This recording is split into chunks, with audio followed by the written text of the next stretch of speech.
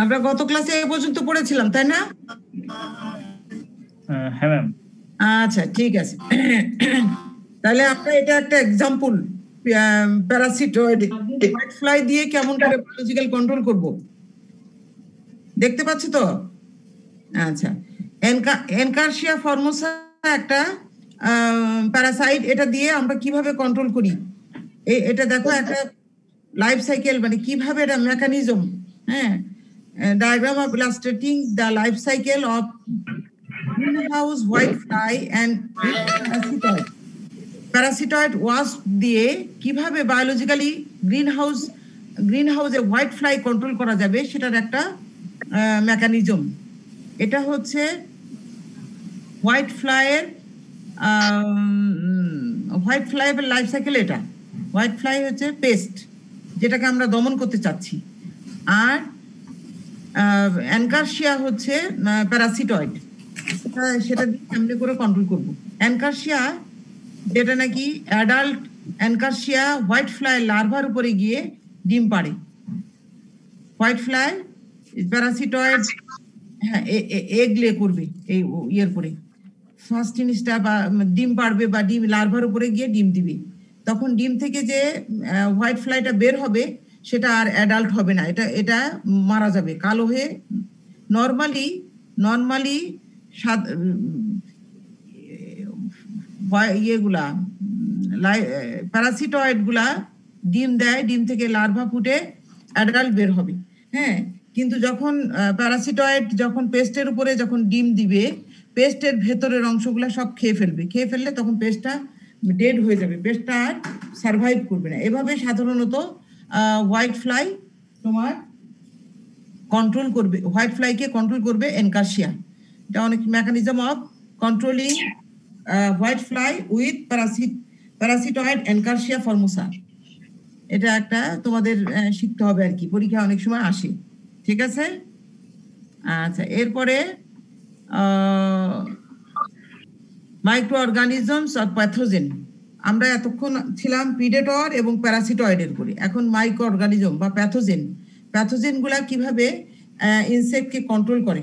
বিশেষ করে প্যাথোজেন হিসেবে আমরা ভাইরাস, ফাঙ্গাস এবং ব্যাকটেরিয়া তিন রকমেরই জীবাণু মানে দিয়ে আমরা কন্ট্রোল করতে পারি। তো ভাইরাস দিয়ে যখন করি তখন এটা ভাইরাস দিয়ে আমরা কন্ট্রোল করতে পারি, ব্যাকটেরিয়া দিয়ে ব্যাসিলাস থ্রুনজেনসিস ব্যাকটেরিয়া দিয়ে, অথবা ফাঙ্গাস দিয়ে আমরা কন্ট্রোল করতে পারি। তাহলে pathogen microorganism including bacteria, fungus and virus, they kill their host and are relatively host specific. এই সমস্ত অর্গানিজম, ভাইরাসই হোক, ব্যাকটেরিয়া হোক, ফানজাই হোক, সেগুলো কিন্তু খুবই হোস্ট স্পেসিফিক। যে হোস্টের জন্য, যে জেনারা স্পিসিসের জন্য ব্যবহার করা হয়, সেই স্পিসিসকে শুধু তারা কিল করবে, অন্যকে কিন্তু অ্যাটাক করে না। এই জন্য আমাদের এনভায়রনমেন্টে কোনো পলিউশন করে না, আমাদের মানুষের কোনো ক্ষতি করে না, কারণ সে একদম স্পেসিফিক ইনসেক্টকেই সে কিল করবে। এই জন্য এগুলো খুব সেফ তোমার control method. Various microbial insect diseases occur naturally. সাধারণত মাইক্রোবিয়াল এই যে ভাইরাস বা ব্যাকটেরিয়া বা ভাইরাস অথবা ফাঙ্গাস দিয়ে ইনসেক্টেরও রোগ হয়, মানুষের যেমন হয়, গরু ছাগলের যে রোগ হয়, এরকম ন্যাচারালি কিন্তু ইনসেক্টেরও ডিজিজ হয়। সেই সমস্ত ডিজিজ অর্গানিজম গুলাকে আমরা যদি কালচার করে, রেয়ার করে, কালচার করে আমরা যদি ব্যবহার করতে পারি, তাহলে আমার পোকা, যেটা আমরা ক্ষতিকর পোকা, সেটাকে দমন করতে পারি। সেটাই বায়োলজিক্যাল পেস্টিসাইড হিসেবে কনসিডার করি। Various microbial insect diseases occurs naturally and they can be used as biological pesticide. তাদেরকে আমরা বায়োলজিক্যাল পেস্টিসাইড হিসেবে ব্যবহার করতে পারি। কেমিক্যাল পেস্টিসাইডটাকে না ব্যবহার করে সেই সমস্ত অর্গানিজম যারা নাকি ইনসেক্টকে ন্যাচারালি কন্ট্রোল করে, ন্যাচারালি ডিজিজ করে, তাদেরকে আমরা রেয়ার করে, ল্যাবরেটরিতে রেয়ার করে যদি তারা ছেড়ে দিতে পারি, তারা ন্যাচারালি যেটা কন্ট্রোল করতো, এখন আমরা রেয়ার করে ছেড়ে দিলে তখন সেটাকে বায়োলজিক্যাল কন্ট্রোল করবে, তখন সেটাকে আমরা বায়োলজিক্যাল পেস্টিসাইড হিসেবে বলবো, পেস্টিসাইড বলবো। তাহলে বায়োলজিক্যাল পেস্টিসাইড কি হবে? যে সমস্ত অর্গানিজম, মাইক্রো অর্গানিজম ইনসেক্টকে ন্যাচারালি ডিজিজ করে, সেগুলোকে আমরা রেয়ার করে, বা যদি আমরা পেস্টিসাইডের মতো সেগুলোকে ব্যবহার করি, এগুলো বাজারে একদম লিকুইড হিসাবে কিনতে পাওয়া যায়, বোতলে ভরে, অথবা ড্রাই হিসাবে পাওয়া যায়, সেগুলোকে আমরা ইনসেক্টিসাইডের মতো স্প্রে করে ড্রাই হিসাবে পাওয়া গেলে ওটা পানিতে গুলে বা কোনো কিছু গুলে স্প্রে করে দিলেই এগুলা ইনসেক্ট কন্ট্রোল করার মতো কন্ট্রোল করে, যেমন নাকি পেস্টিসাইড কন্ট্রোল করে। কিন্তু পেস্টিসাইড কিন্তু অনেক হ্যাজার্ডাস, আমাদের এনভায়রনমেন্টকে নেচারকে ভীষণ প্রবলেম করে। এই কারণে বর্তমানে পেস্টিসাইডটাকে বাদ দিয়ে এই সমস্ত বায়োলজিক্যাল পেস্টিসাইড আমরা ব্যবহার করতে চাচ্ছি। এই পেস্টিসাইড গুলোকে আমরা বায়োলজিক্যাল পেস্টিসাইড বলবো। ব্যাকটেরিয়া তার মধ্যে একটা, আমরা বলেছি ব্যাকটেরিয়া হতে পারে, ফাঙ্গাস হতে পারে, ভাইরাস হতে পারে। ব্যাকটেরিয়ার ভেতরে Bacillus thuringiensis is the most widely applied species of bacteria. এটা বায়োলজিক্যাল পেস্টিসাইড হিসেবে ব্যাসিলাস থ্রুনজেন্সিসটা খুবই একটা ইম্পর্টেন্ট এবং বেশ ব্যবহৃত হয় একটা বায়োলজিক্যাল পেস্টিসাইড। হ্যাঁ, used for biological control of insect with at least 4 sub species. এদের কমপক্ষে 4টা স্পিসিস, সাব স্পিসিস আছে। এর মধ্যে ব্যাসিলাস থ্রুনজেন্সিস এর 4টা স্পিসিস আছে, সাব স্পিসিস আছে, সেগুলো আমরা ব্যবহার করি কিসের কন্ট্রোল করার জন্য? To control lepidopteran, Coleoptera and dipteran pest. আমাদের ম্যাক্সিমাম পেস্টগুলো হলো লেপিডোপ্টেরা, কোলিওপ্টেরা অর্ডারের এবং অর্থোপ্টেরা অর্ডারের, হেমিপ্টেরা অর্ডারের। এর ভেতরে বিশেষ করে ব্যাসিলাস, যেটা নাকি bacteria, bacillus bacterial pesticide, biopesticide, সেটা লেপিডোপ্টেরান এবং কোলিওপ্টেরান এবং ডিপটেরান ইনসেক্টকে দমন করার জন্য বেশি ব্যবহৃত হয়। হেমিপ্টেরা ইনসেক্ট কন্ট্রোল করার জন্য বা অর্থোপ্টেরাল ইনসেক্ট কন্ট্রোল করার জন্য খুব একটা বেশি ব্যবহার করা হয় না। তার ভিতরে আমরা দুই একটা উদাহরণ হিসেবে বলবো, আসবে। আমি লাস্টে তোমাদের একটা চার্ট দিব, সেখানে এক্সাম্পল আছে ব্যাকটেরিয়াল ইনসেক্টিসাইড কি আছে, বায়োলজিক্যাল পেস্টিসাইড কি আছে, ফাঙ্গাল বায়োলজিক্যাল পেস্টিসাইড কি আছে, এগুলো আমরা একটু উদাহরণ দিব, লিস্ট দিব। এরপরে fungi that cause diseases in insect are known as entomopathogenic fungi. কিছু কিছু ফাঙ্গাস আছে যেগুলো ইনসেক্টকে ডিজিজ করে, তাদেরকে আমরা বলবো এন্টোমোপ্যাথোজেনিক ফাঞ্জাই।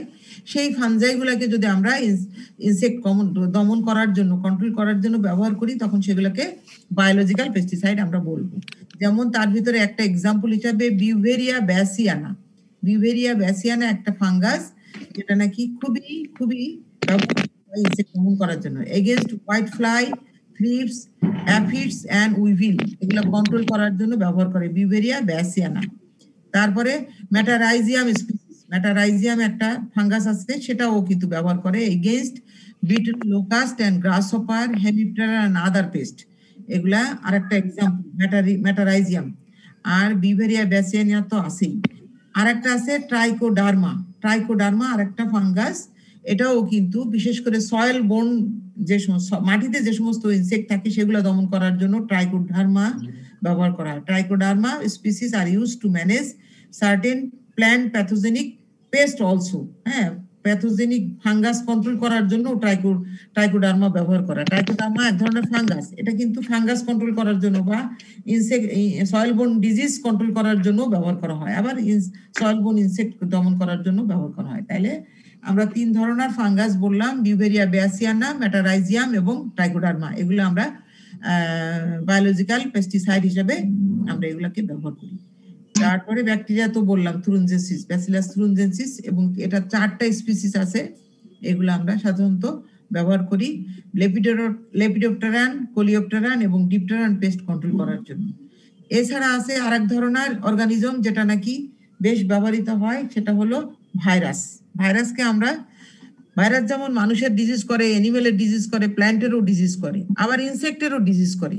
যে সমস্ত ভাইরাস ইনসেক্টকে ডিজিজ করে তাদেরকে আমরা এন্টোমোপ্যাথোজেনিক ভাইরাস বলবো।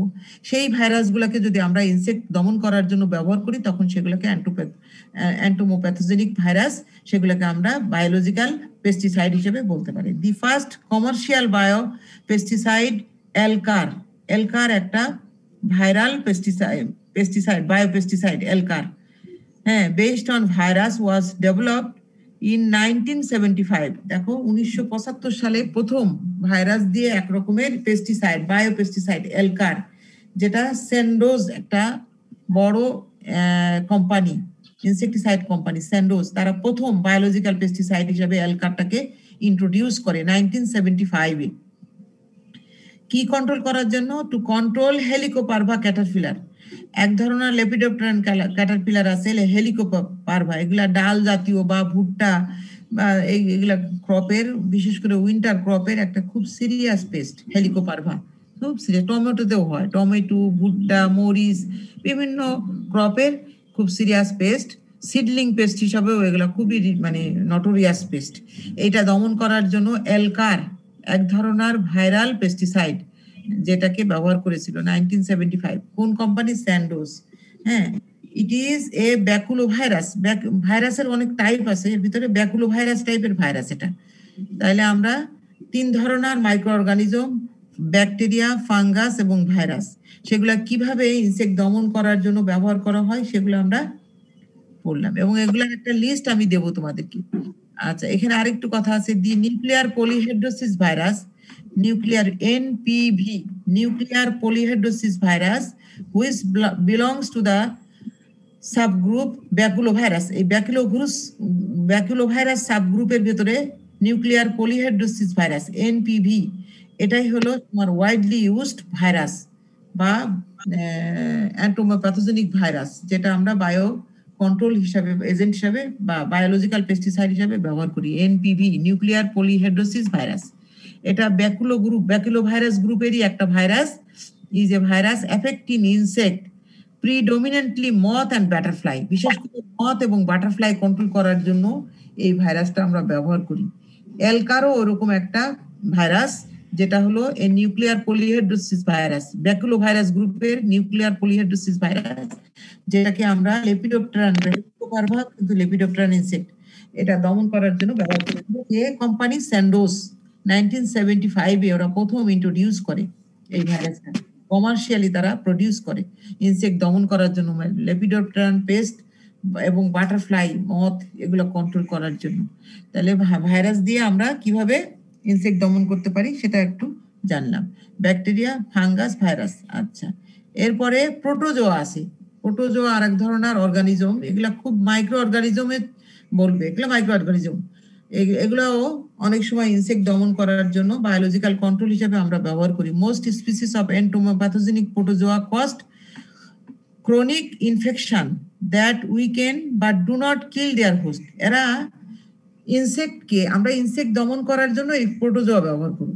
যে সমস্ত প্রোটোজোয়া ইনসেক্টকে ডিজিজ করে তাদেরকে অ্যান্টোমোপ্যাথোজেনিক প্রোটোজোয়া বলবো। এরা বেশ কিছু সংখ্যক আছে যারা নাকি যে ইনসেক্টকে ব্যবহার করলে ইনসেক্টকে তারা ক্রনিক ইনফেকশন করে ফেলে, করে দুর্বল করে ফেলে। তখন তারা মরে যায় না, তাদেরকে মারতে পারে না, but do not kill their host. এই ইনসেক্টকে কিন্তু সম্পূর্ণরূপে কিল করতে পারে না, কিন্তু তাদেরকে দুর্বল করে দেয়। তাহলে আমাদের ফসলটাকে আর তারা ধ্বংস করতে পারে না। এই সমস্ত প্রোটোজোয়াকে আমরা ব্যবহার করে অনেক সময় ইনসেক্টকে কন্ট্রোল করতে পারি। এরা তো আমাদের জন্য কোনো ক্ষতিকর না, আমাদের ক্রপের জন্য কোনো ক্ষতিকর না, কিন্তু ইনসেক্টকে দুর্বল করে ফেলে, উইকেন করে ফেলে। এই জন্য কখনো কখনো এই সমস্ত প্রোটোজোয়াকে ব্যবহার করে ইনসেক্ট দমন করা হয়, বায়োলজিক্যাল কন্ট্রোল হিসেবে আমরা ব্যবহার করি। There is little interest in this organism as biocontrol agent. এখানে এটা যেহেতু কিল করতে পারে না, এই জন্য এদেরকে খুব ইফেক্টিভ না, অনেকে ব্যবহার করতে চায় না, কিন্তু এরা কিন্তু আমাদের এনভায়রনমেন্টকে পলিউশন না করেও কিন্তু বেশ ভালোই দমন করে। এই জন্য অনেক সময় এটাকে ব্যবহার করা যেতে পারে। প্রোটোজোয়ান জীবাণুকে আমরা ইনসেক্ট কন্ট্রোল করার জন্য ব্যবহার করতে পারি। তবে এরা কখনোই ইনসেক্টকে পুরা দমে কিল করতে পারবে না, যেটা নাকি ভাইরাস বা ব্যাকটেরিয়া বা ফাঙ্গাস করে। আচ্ছা, প্রোটোজোয়া। এরপরে নেমাটোডও আছে। One notable exception is Nosema locustae. Nosema locustae এক ধরনের locust, a microsporidian that has mass produced and market. এটা হপার পেস্টটাকে কন্ট্রোল করার জন্য নোসেমা লোকাস্টি নামে একটা প্রোটোজোয়া আছে, সেটাকে তারা কমার্শিয়ালি বাজারজাত করেছিল। হ্যাঁ, এই জন্য এটার এক্সাম্পল হিসেবে খুব বেশি এটা মানে গ্রহণযোগ্য হয় নাই, কারণ এরা ইনসেক্টকে পুরোপুরি দমন করতে পারে না, ইনসেক্টের খাওয়া দাওয়া বন্ধ করে দুর্বল করে ফেলে। এই জন্য এটাকে ইনসেক্টকে দুর্বল করলে তাহলে তার প্রজেনি লম্বা হয় না, বেশি হয় না, ইনসেক্ট আমার ফসলের ক্ষতি কম করে, সেই হিসাবে আমরা কন্ট্রোলিং এজেন্ট হিসেবে ব্যবহার করতে পারি। কিন্তু আসলেই কিন্তু ইনসেক্টটাকে দমন করতে পারে না, পুরোপুরি তারা ইনসেক্টকে কিল করতে পারে না। এই জন্য এটার গ্রহণযোগ্যতা কম, কিন্তু তারপরেও এটা প্রথম কিন্তু হপার স্টপার হিসেবে ব্যবহৃত হয়েছিল। এই জন্য এগুলাকে বায়োলজিক্যাল এজেন্ট হিসেবে এদের নাম কিন্তু মানে আসেই, এদেরকে মানে অস্বীকার করার কোনো উপায় নাই, এই আর কি। তবে ইফেক্টিভনেসের কম ইফেক্টিভ হওয়াতে এগুলা ব্যবহৃত কম হয়। এগুলা মাইক্রোবিয়াল ইনসেকটিসাইড। আচ্ছা, গেল এই যে list of some microbial insecticide বা বায়ো পেস্টিসাইড, আমরা এদেরকে বায়ো পেস্টিসাইডও বলবো। কি কি প্যাথোজেন, কোন প্যাথোজেন দিয়ে তৈরি, আর ব্র্যান্ড নেম কি নামে বাজারজাত করে, আর কোন হোস্টের জন্য ব্যবহার করে। যেমন ব্যাকটেরিয়া দেখো, ব্যাসিলাস থ্রুনজেনসিস, এর 4টা ভ্যারাইটি আছে। দেখো, কুরস্টাকি, আইজাওয়াই আর ইসরালিনসিস, হ্যাঁ, বা 4টা ভ্যারাইটি আছে। এই ভ্যারাইটি গুলার ভেতরে এগুলা বিভিন্ন কোম্পানি এগুলাকে বিভিন্ন নামে, ডাইপেল নামে, হ্যাঁ, বায়োবিট নামে লেপিডোপ্টেরান পেস্ট কন্ট্রোল করার জন্য বাজারজাত করে। হ্যাঁ, আবার দেখো অ্যারিজোয়াই যেটা, অ্যাজাওয়াই যেটা, আইজাওয়াই ব্যাসিলাস থ্রুনজেনসিস আইজাওয়াই, এটা সার্টেইন, তারপরে অ্যাগ্রি এই নামে বাজারজাত করে। কমার্শিয়ালি ইনসেকটিসাইডের মতো বিক্রি হয়। তারপরে এটা আর ইসরালেন্সিস নামের যে ভ্যারাইটিটা আছে সেটা টেকনার ব্যাকটিমস নামে লেপিডোপ্টেরান লার্ভা কন্ট্রোল করার জন্য ব্যবহার করে। তারপরে এই ব্যাসিলাস থ্রুনজেনসিসটা দেখো কোলিওপ্টেরান লার্ভি কন্ট্রোল করার জন্য টার্ক নামে বাজারজাত করে। এরপরে প্রোটোজোয়াটা কি ছিল, হ্যাঁ, এগুলো ব্যাকটেরিয়া। এরপরে প্রোটোজোয়া কন্ট্রোল করার জন্য নোসেমা লোকাস্টি, যেমন হপার স্টপার, হ্যাঁ, নোলক এই নামে গ্রাস হপার কন্ট্রোল করার জন্য, ক্রিকেট কন্ট্রোল করার জন্য বাজারজাত করে প্রোটোজোয়া। ফাঙ্গাসের ভিতরে বিউভেরিয়া ব্যাসিয়ানা, গ্রিন বিউভেরিয়া নামে বাজারজাত করে। এটা লার্ভি অফ সয়েল ডুয়েলিং ইনসেক্ট, মাটির মধ্যে থাকে যে সমস্ত ইনসেক্ট সেগুলো দমন করার জন্য। তারপরে হিরসুটেলা থমসনি, এটা মাইকার নামে এক বিক্রি হয় কমার্শিয়াল প্রোডাক্ট, যেটা ফাইটোফাগাস মাইট কন্ট্রোল করার জন্য দমন করে। তারপরে ট্রাইকোডার্মা হার্জিনিয়াম, হ্যাঁ, বায়োডার্ম এইস নামে সয়েল বোন ডিজিজ, এগুলো প্যাথোজেন কন্ট্রোল করার জন্য দমন করে। ট্রাইকোডার্মা ভিরিডি, এটাও কিন্তু সয়েল বোন ডিজিজ কন্ট্রোল। ট্রাইকোডার্মা হার্জিনিয়াম এবং ট্রাইকোডার্মা ভিরিডি এই দুটোই সয়েল বোন প্যাথোলজিতে খুবই বেশি ব্যবহার করে। এরা ইনসেক্টও দমন করে কিছু কিছু।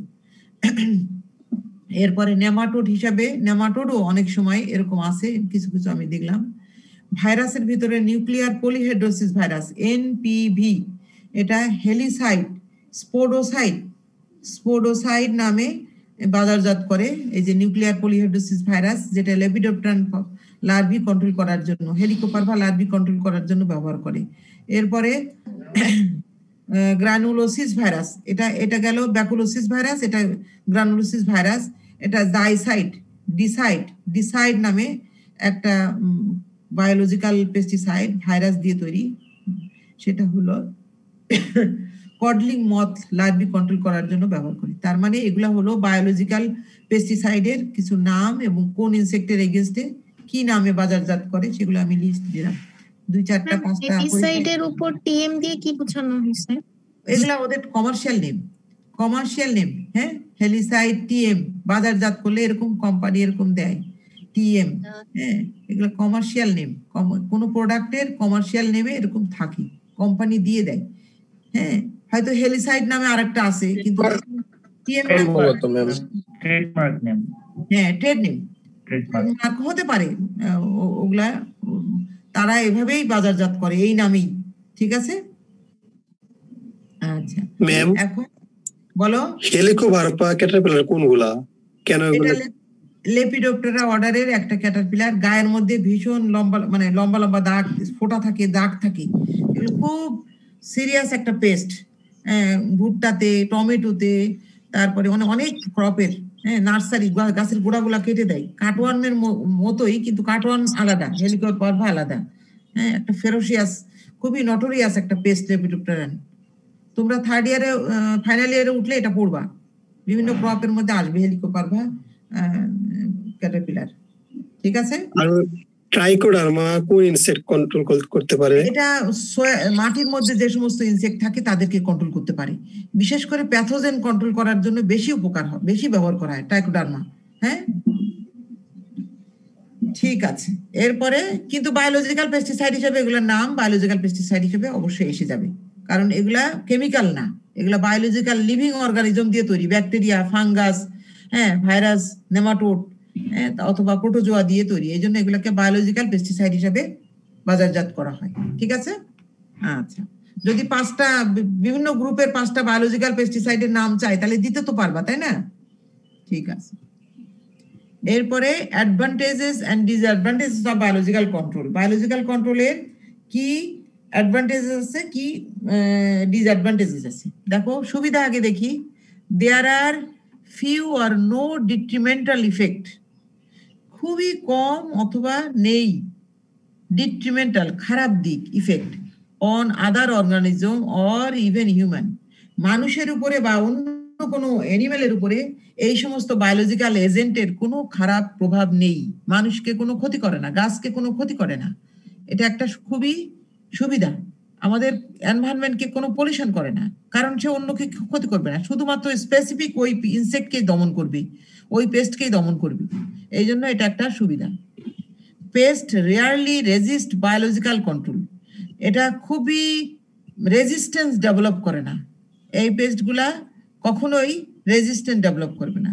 Often the results are permanent or for a long time, এটা যদি একবার সেট হয়, বায়োলজিক্যাল কন্ট্রোল যদি আমরা কোনোভাবে একবার সেট করতে পারি নেচারে, তাহলে এটা খুব লং টাইম সাস্টেন করে পোকাগুলো। নেচারেই এরা তখন ন্যাচারাল হয়ে যায়।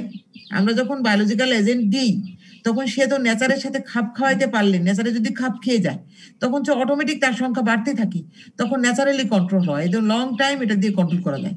কিন্তু ইনসেকটিসাইড দিলে কি হয়, ইনসেকটিসাইড দিলাম, এর ইফেক্টটা চলে গেলেই সাময়িকভাবে পোকাটা দমন করলো, কিন্তু ইফেক্টটা শেষ হয়ে গেলেই কিন্তু আর পোকা দমন করতে পারে না। কিন্তু এক্ষেত্রে তারা কিন্তু একবার যদি সেট হয়ে যায় তাহলে কিন্তু বারবার আমাকে আর দিতে হবে না, তারা নিজেরাই কন্ট্রোল করবে। এই জন্য এটার ইফেক্টটা long time. Insecticides are not used, insecticide ক্ষতিকর হার্মফুল ইনসেকটিসাইড আমাদের আর ব্যবহার করতে হবে না। Cost benefit ratio very favourable, কারণ একবার যদি সেট হয়ে যায় পরে তো আর দিতে হয় না, এই জন্য কস্ট বেনিফিট রেশিওটা ভালো হয়, কম লাগে, খরচ কম লাগে। তবে ইনিশিয়ালি খুবই প্রবলেম, এটা একটা সমস্যা, সেটা আমরা সমস্যার মধ্যে আসবো। এখানে কস্ট বেনিফিট রেশিও ফেভারেবল হবে, কম লাগবে, কারণ পরবর্তী একবার সেট হয়ে গেলে পরে আর লাগে না, পরে খুব অল্প দিলেই হয়, অনেক সময় অল্প দিলেই কাজ হয়। তারপরে অ্যাভয়েড সেকেন্ডারি পেস্ট, এই ক্ষেত্রে সেকেন্ডারি পেস্ট ডেভেলপ করে না। সেকেন্ডারি পেস্ট গুলো বুঝো, অনেক সময় অনেক পেস্ট আছে যেগুলা খুব ক্ষতি করে, সেগুলোকে আমরা প্রাইমারি বা মেজর পেস্ট বলি। আর কিছু কিছু আছে সেকেন্ডারি, সেগুলো আমাদের ক্ষতি করে না, আসে নেচারে আসে কিন্তু আমাদের পোকা দমন করে না। যখন নেচারে যে আমাদের মেজর পেস্ট ওটাকে আমরা দমন করে ফেলি, মেরে ফেলি, তখন সেকেন্ডারি একটা পেস্ট সে আবার সিরিয়াস হয়ে যায়, তখন দেখা যায় আমার ফসল ক্ষতি করতে থাকে, তখন সেটাকে সেকেন্ডারি পেস্ট রিভাইভ মানে প্রাইমারি পেস্ট হয়ে যায়। কিন্তু এই বায়োলজিক্যাল কন্ট্রোল করলে এটা সেকেন্ডারি পেস্টটাকে কখনোই মেজর পেস্ট হিসেবে আর আসে না, সেকেন্ডারি পেস্ট ডেভেলপ করে না।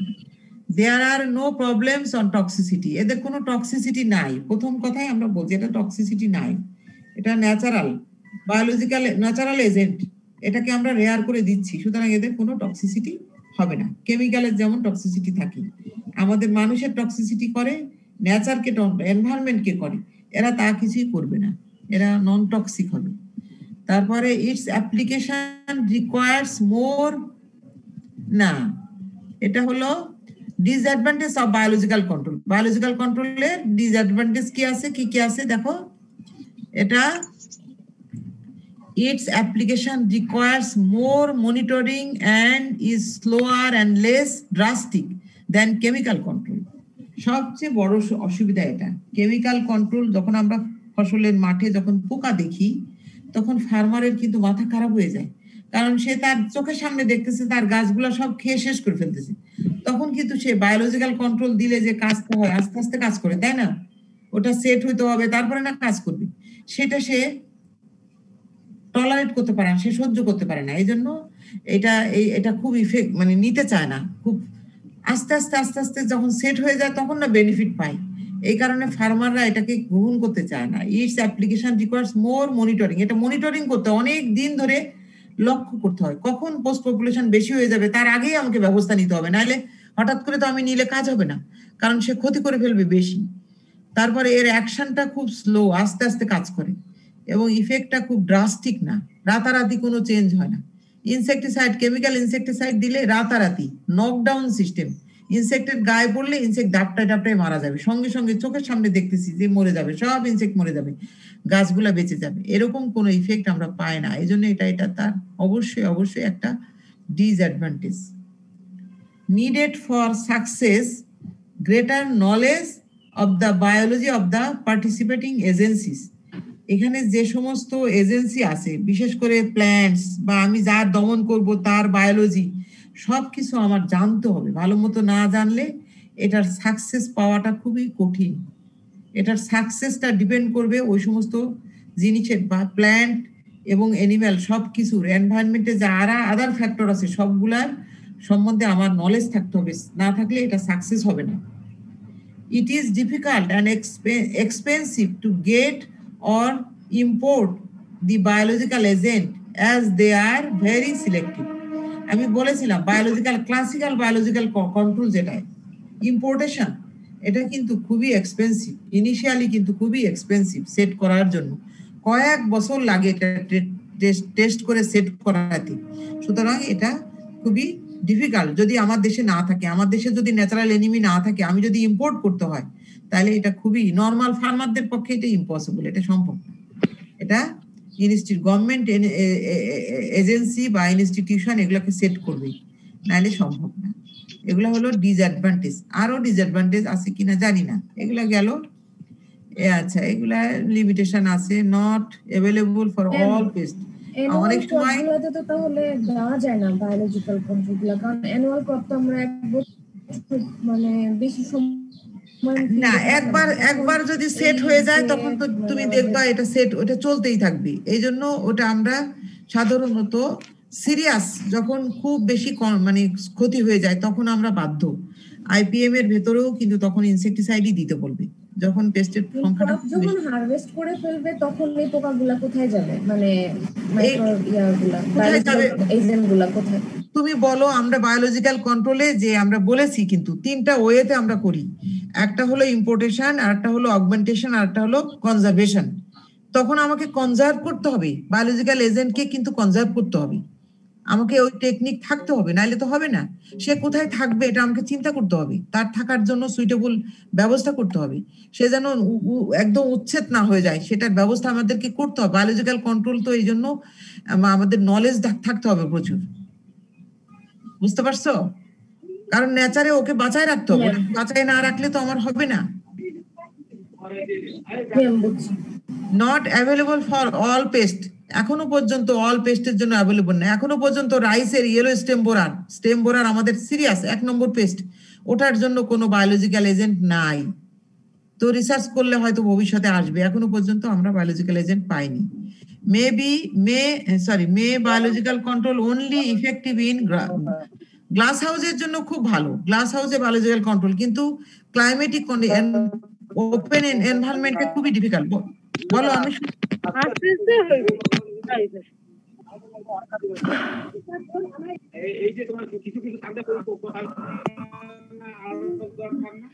হ্যালো,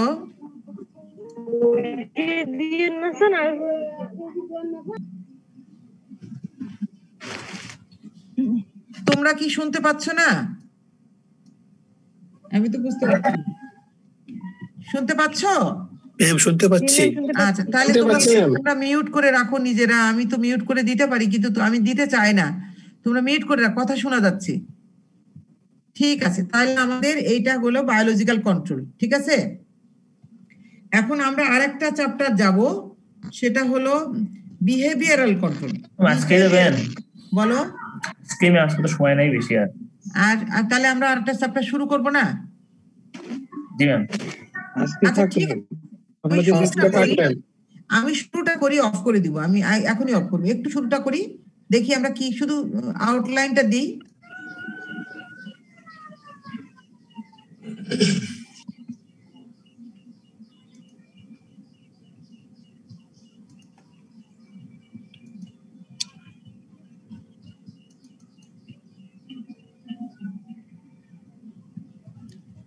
হ্যাঁ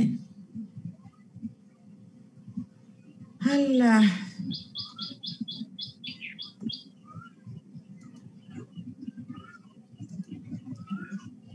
আচ্ছা আমরা শুধু আউটলাইনটা একটু বলবো, হ্যাঁ ডিটেলসটা আমরা যাব না, ঠিক আছে?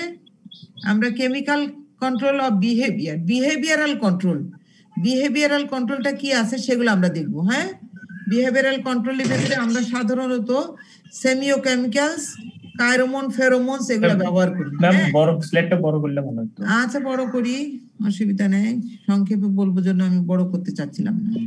সাধারণত অ্যাট্রাক্টেন্ট, রেপিলেন্ট, অ্যান্টিফিডেন্ট এই 3 ধরনের কেমিক্যালস দিয়ে আমরা বিহেভিয়ারাল কন্ট্রোল করি। ইনসেক্টের বিহেভিয়ার, ইনসেক্টকে মেরে ফেলবো না, তার বিহেভিয়ারাল কন্ট্রোল করে আমি তাদেরকে দমন করব। অ্যাট্রাক্টেন্ট, রেপিলেন্ট, অ্যান্টিফিডেন্ট এগুলা ব্যবহার করে কন্ট্রোল করব। অ্যাট্রাক্টেন্ট কি আছে, হ্যাঁ অ্যাট্রাক্টেন্টের ভেতরে কি কি রকমের অ্যাট্রাক্টেন্ট আছে, তারপরে রেপিলেন্ট কি আছে, রেপিলেন্টের ও অ্যাট্রাক্টেন্টের সুবিধা কি অসুবিধা কি,